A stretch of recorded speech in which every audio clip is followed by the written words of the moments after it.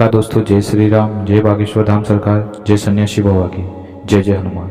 दोस्तों, आज की इस वीडियो में हम आपको बताएंगे कि घर में रखी अलमारी का मुंह किस दिशा में होना चाहिए।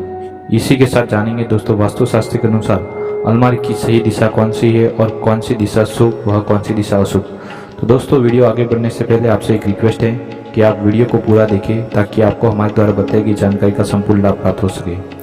दोस्तों, इसी के साथ अगर आपने अभी तक हमारी YouTube चैनल को लाइक और सब्सक्राइब नहीं किया है तो हमारी YouTube चैनल को लाइक और सब्सक्राइब जरूर करें ताकि हम जब भी कोई नई वीडियो लाए उसका आपको नोटिफिकेशन मिल सके। साथ ही बागेश्वर बालाजी सरकार से जिस किसी ने हमारी इस YouTube चैनल को लाइक और सब्सक्राइब किया है उसकी हर मनोकामना पूरी करे और उसके हर दुख हमेशा के लिए दूर हो जाए। तो दोस्तों, चलिए जानते हैं। दोस्तों, वास्तु के नियमों के अनुसार घर में रुपये पैसे रखने के स्थान को लेकर कुछ विशेष नियमों होते हैं। उन नियमों के अनुसार पैसों की अलमारी को सही स्थान पर रखने से घर में सुख समृद्धि आती है और देवी लक्ष्मी प्रसन्न रहती है। वास्तु के उन नियमों को अपनाने से आपके घर में धन की कमी कभी नहीं होती और व्यापार में भी लाभ मिलता है। तो दोस्तों, जानते हैं अलमारी का मुंह किस दिशा में होना चाहिए। दोस्तों, अलमारी का मुंह उत्तर या पूर्व दिशा में होना चाहिए। अलमारी को हमेशा घर की दक्षिण दिशा में ही रखना चाहिए। ध्यान रखें कि पैसों की अलमारी उत्तर पूर्व कोने में नहीं रखनी चाहिए, क्योंकि इस दिशा में अलमारी रखना बहुत ही अशुभ माना जाता है। दोस्तों, पश्चिम दिशा में रखी अलमारी में भी कभी धन की कमी हो सकती है। तो हाँ जी दोस्तों, माँ लक्ष्मी सदैव प्रसन्न रहती है। आपको अलमारी इस प्रकार रखनी चाहिए कि उसके दरवाजे कभी भी दक्षिण दिशा की ओर न खुले। जिन अलमारी के दरवाजे दक्षिण दिशा में खुलते हैं वहाँ माँ लक्ष्मी का वास नहीं होता। इसलिए आपको हमेशा इस बात का ध्यान रखना है कि चाहिए कि आपके घर की अलमारी का दरवाजा दक्षिण दिशा की ओर न खुले ताकि आपको किसी प्रकार की धन की हानि न हो। दोस्तों, पैसों के मामले में यह अक्सर खाली रहते हैं। अगर आपके घर की अलमारी में दीवार में नहीं लगी है तो ध्यान रखें कि उससे सीधे जमीन पर न रखें, बल्कि अलमारी के नीचे लकड़ी या स्टैंड या कुछ और का होना चाहिए। पैसों की अलमारी को देवी लक्ष्मी का स्वरूप माना जाता है। इसे सीधे जमीन पर रखना सही नहीं होता है। इस दोष को दूर करने के लिए आप अलमारी को नीचे कपड़ा बिछा सकते हैं या फिर आप लकड़ी के टुकड़े भी अलमारी के नीचे लगा सकते हैं।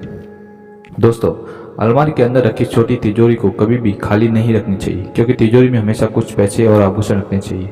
इससे माँ लक्ष्मी आपके घर में रास्ता कभी नहीं भूलती और आपके घर पर आकर आपको सुख समृद्धि का आशीर्वाद देती है। तो इस बात का विशेष तौर पर ध्यान रखें। दोस्तों, आपको पैसों की अलमारी में हमेशा विषम संख्या में चांदी के सिक्के रखने चाहिए और साथ ही एक लाल कपड़े में गोमती चक्र भी रखना चाहिए। आपको हर साल दीपावली के शुभ अवसर पर इन सिक्कों और गोमती चक्रों की पूजा करनी चाहिए, जिससे माँ लक्ष्मी की विशेष कृपा पर बनी रहे और आपकी तिजोरी हमेशा धन से भरी रहे। इससे आपको घर में आर्थिक समृद्धि बढ़ती रहेगी और आपकी आर्थिक क्षेत्र में भी उन्नति होगी। दोस्तों,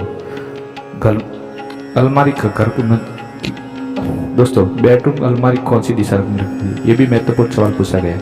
दोस्तों, बेडरूम में अलमारी को दक्षिण दिशा में रखने चाहिए ताकि अलमारी उत्तर या पूर्व की ओर खुल सके। दोस्तों, दूसरा प्रश्न ये था कि पश्चिम दिशा में अलमारी का मुंह खुलने से क्या होता है।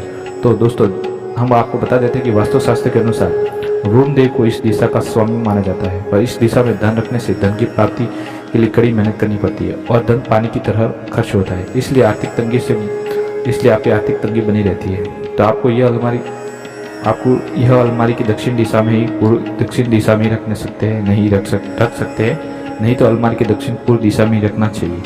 दोस्तों, हमें आपसे आशा है कि हमारे द्वारा बताई गई ये वीडियो आपको अच्छी लगी होगी।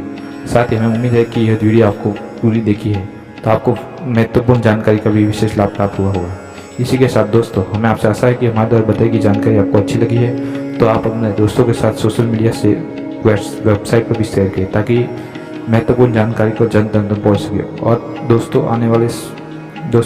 और अन्य लोगों को भी जानकारी का विशेष लाभ प्राप्त हो सके। इसी के साथ दोस्तों, आपके जीवन की मंगल कामना करते हुए धन्यवाद।